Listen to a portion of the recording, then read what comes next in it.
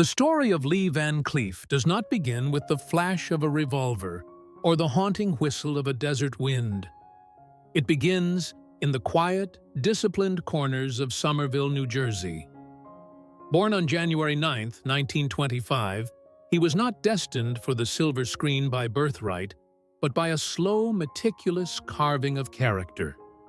To understand the man who would one day be known as the Bad in cinema's most famous trio, one must first look at the boy who grew up under the watchful eye of a father who understood the soul of a machine. His father was a watchmaker, a man of infinite patience and surgical precision. From him, Lee learned that the world was built on tiny, interconnected details, and that mastery required a steady hand and an unshakable focus. This early lesson in precision would later become the hallmark of his acting, a calculated, razor-sharp intensity that could command a scene without a single spoken word. Somerville was a small town that demanded hard work and a strong sense of discipline, traits that Lee absorbed into his very marrow. However, the quiet life of New Jersey was soon shattered by the thunder of World War II.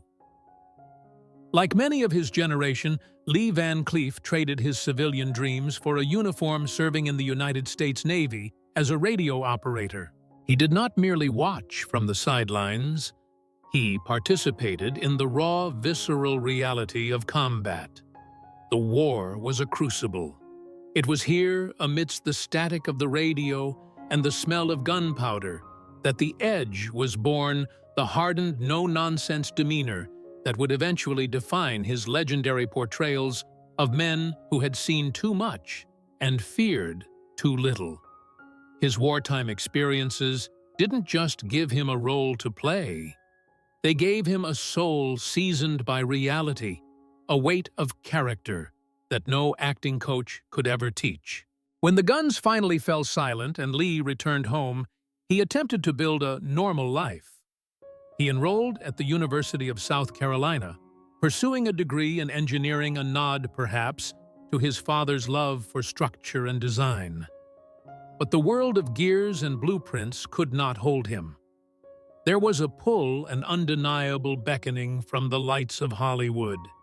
He moved west, a man with a rugged face and piercing eyes, ready to try his luck in an industry that didn't yet know it was looking for him. His arrival in the entertainment industry was far from a triumph. He was a face in the crowd, a shadow in the background. In those early years, he survived on small, uncredited roles, playing the anonymous soldiers and secondary cowboys that filled the frames of 1950s cinema.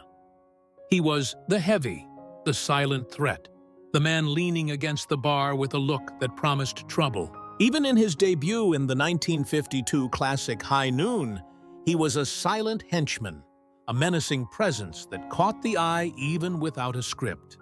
He was building a reputation brick by grueling brick as a dependable character actor, unaware that he was simply waiting for the world to catch up to the intensity he carried within.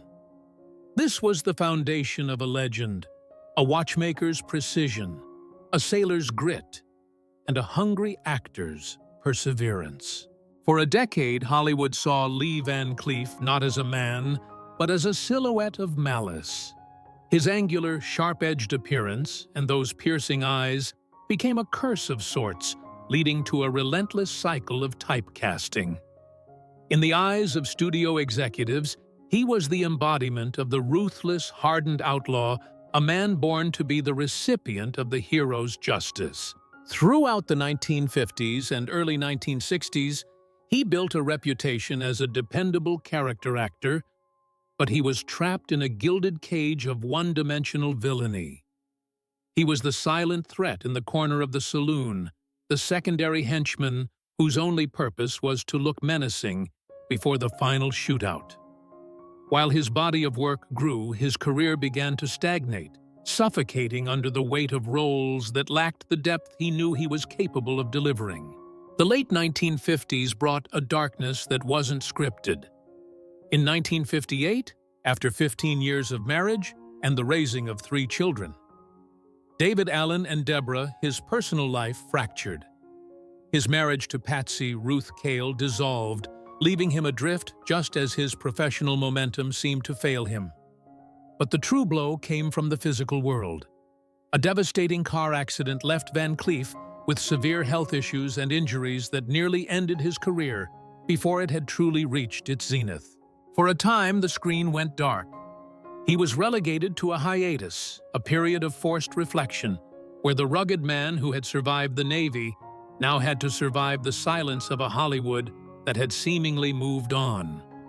It was a period of profound struggle, a test of the perseverance that had been instilled in him since his youth in Somerville. However, destiny often speaks in a foreign tongue. Just as Van Cleef was fading into the background of cinematic history, a visionary director from Italy named Sergio Leone saw something that Hollywood had missed.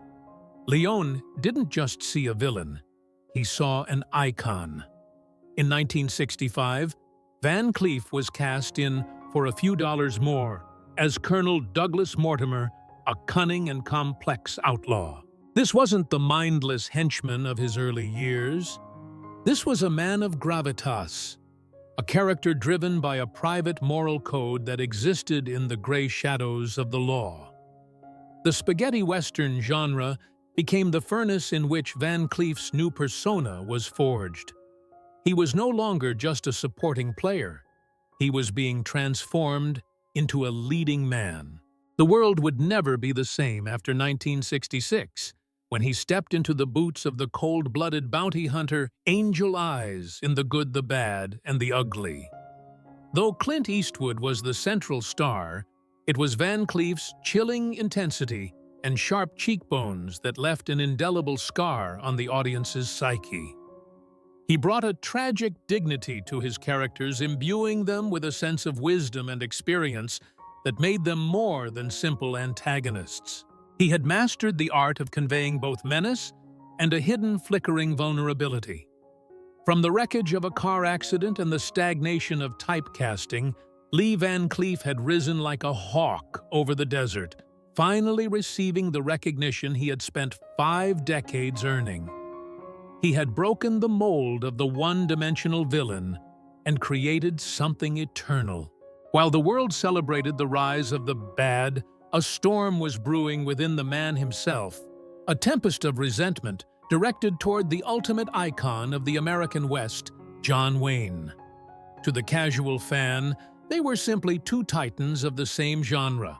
But in reality, Lee Van Cleef harbored a disdain for Wayne that ran deeper than any professional rivalry.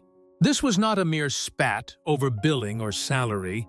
It was a fundamental clash of values, a friction between two men who occupied the same cinematic space, but lived in entirely different worlds. To Van Cleef, John Wayne was more than just an actor. He was the symbol of everything that had kept him in the shadows for so long. A rivalry born in the dirt, the actor versus the icon. Van Cleef viewed Wayne as a product of Hollywood superficiality, an actor who chose the safety of an image over the vulnerability of a transformative performance. The Gatekeeper. For years, Van Cleef had been the villain to be disposed of by leading men like Wayne. He resented how the A-list establishment, dominated by figures like the Duke, had pigeonholed him into one-dimensional roles. The bitterness of the climb. Even after finding international fame in Europe, Van Cleef felt the weight of Wayne's monopoly on the spotlight, a shadow that seemed to leave little room for actors who dared to be more than just symbols.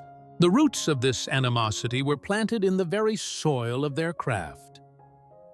Van Cleef was a student of precision, a method actor who sought to dissolve into the skin of his characters. He was meticulous and quiet, approaching each role with a gritty, subdued intensity that favored nuance over bravado. He didn't just play a gunslinger. He became the man who had lived a hard, dusty life. In stark contrast, John Wayne was the quintessential star. Wayne played John Wayne, an archetypal hero who embodied stoic masculinity and traditional values in every frame. To Van Cleef's sharpened eye, this was not acting, it was a performance of persona. He saw Wayne's reliance on his larger-than-life image as a sign of complacency and a lack of true artistic range. The tension was not one-sided. Stories from the industry suggest that Wayne himself had little regard for the man with the piercing eyes. Wayne allegedly dismissed Van Cleef as nothing more than a character actor, someone who excelled at being the bad guy, but lacked the innate charisma or star power required to carry a film as a true leading man. This dismissal was a razor across Van Cleef's pride.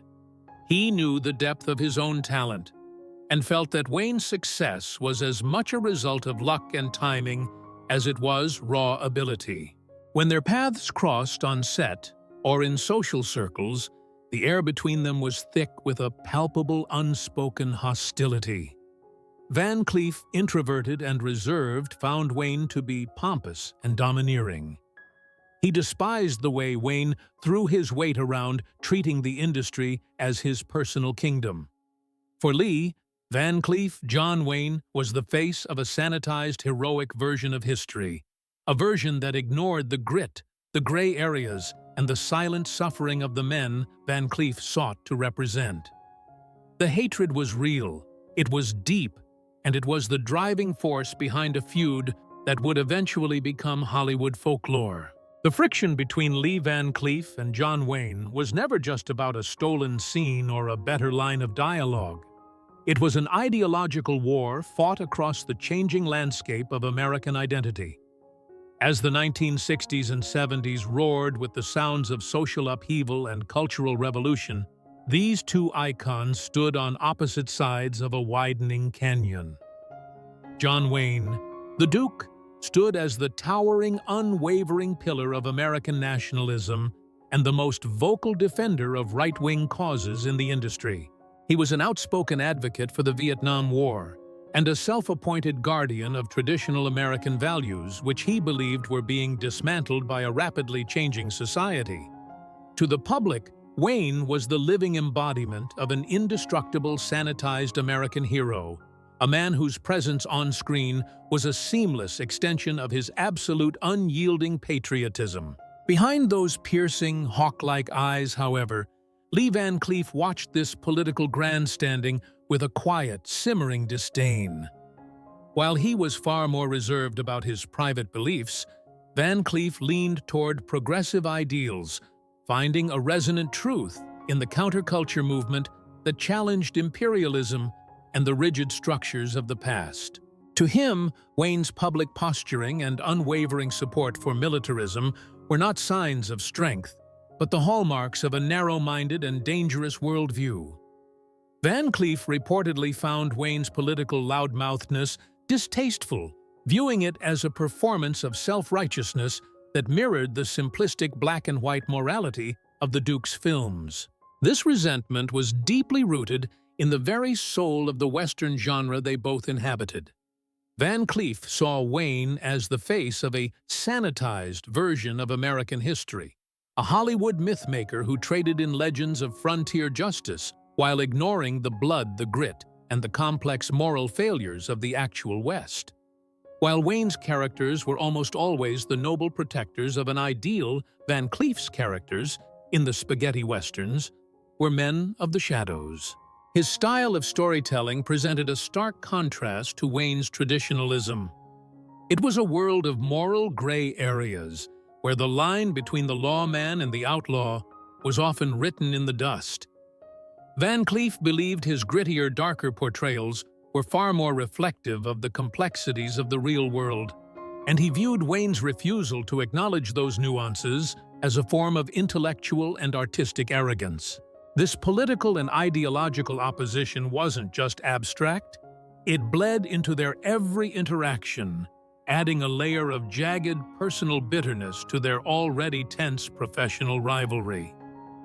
To Van Cleef, Wayne represented a Hollywood system that preferred easy answers over difficult truths, a system that had rewarded a larger-than-life image while overlooking the subtle transformative power of the craft. Every time Wayne threw his weight around on set or dominated a social circle with his boisterous, domineering presence, Van Cleef felt the weight of a status quo that he fundamentally despised. For the man from Somerville, the hatred was a matter of principle, a rejection of the superficial, and a quiet, steadfast commitment to a more honest, albeit more painful reality. Behind the cold, squinting eyes that defined a cinematic era lay a man whose private world was a complex tapestry of sacrifice, devotion, and physical pain. Lee Van Cleef's screen persona was that of an indestructible force, yet his reality was marked by the very human fragility he worked so hard to conceal. Perhaps the most poignant symbol of this duality was a physical missing piece, the last joint of his right-hand middle finger. This was no battle scar from a Hollywood set or a remnant of his time in the Navy. It was a wound sustained in the quiet service of fatherhood. While building a playhouse for his daughter Deborah, the man who played the world's most dangerous outlaws suffered a mundane, agonizing accident. He never allowed the injury to sideline his career, expertly hiding the missing joint in his performances. But to those close to him, it remained a permanent reminder of the sacrifices he made for a family that often had to share him with the world. His personal life was a journey through 3 distinct chapters, each mirroring a different phase of his turbulent career. His first marriage to Patsy Ruth Cale in 1943 began in the hopeful bloom of his youth, a time of balancing burgeoning dreams with the heavy responsibilities of raising 3 children, David, Alan, and Deborah. Yet the erratic lifestyle of a Hollywood actor, the long absences, and the psychological toll of the industry placed an immense strain on the domestic hearth. By 1958, as his career briefly stalled, the marriage dissolved, leaving Van Cleef to face an uncertain future alone. It was during his second marriage to Joan Marjorie Drain, beginning in 1960, that he experienced his most dramatic metamorphosis. Joan stood by him through the dark aftermath of a car accident that nearly ended his life and witnessed his sudden meteoric rise to international fame under the direction of Sergio Leone. But fame is a demanding mistress. The pressures of his new status as a leading man eventually fractured this union as well, leading to divorce in 1974. It wasn't until his third marriage to Barbara Havalone in 1976 that Van Cleef finally found the stability that had eluded him for decades. Barbara became his steadfast partner during the twilight of his life, a period where his health began to decline under the weight of heart problems and the lingering shadows of past injuries. Even as he moved into less prominent roles, her presence offered a sanctuary from the industry that had both elevated and pigeonholed him. Yet even in the warmth of a stable home, the bitterness regarding his professional treatment never truly faded. Van Cleef could never forget how the Hollywood elite personified by John Wayne had viewed him for so long. Wayne's alleged dismissal of him as little more than a character actor who lacked star power was a slight that cut deeper than any physical wound. To Van Cleef, his success in Europe was a vindication, but the memory of being overshadowed and pigeonholed by men like Wayne remained a source of deep-seated resentment. He had proven he could be a leading man, but in his heart, he still felt the sting of an industry that had forced him to fight for every inch of ground he gained. He was a man of precision and mastery, a devoted father, and a survivor of war and wreckage, yet he remained in his own eyes a rebel against a system that never fully understood the depth of his soul. As the 1970s and 1980s stretched toward the horizon, Lee Van Cleef did not retreat into the shadows. Instead, he evolved. Though his health began to decline from heart problems and the lingering physical toll of his past car accident, his presence remained undiminished. He transitioned into the modern action era, reaching a new generation of fans in films like Escape from New York, 1981, where he played the menacing Hawk, and The Octagon, 1980, alongside Chuck Norris. He even graced the small screen in series such as The Master, 1984, proving his versatility across any medium. Van Cleef's true victory, however, was his fundamental reimagining of the cinematic villain. He took a character archetype that could have been one-dimensional and breathed into it a soul of complexity and tragic dignity. The dust has long since settled on the cinematic plains of Almeria and the sound stages of Hollywood, but the shadow of Lee Van Cleef remains as long and sharp as it was in the mid-1960s. When he passed away on December 16, 1989, at the age of 64 from a heart attack, the world didn't just lose an actor. It lost a defining architect of the modern Western. His death marked the closing of a heavy leather-bound book on an entire era of filmmaking.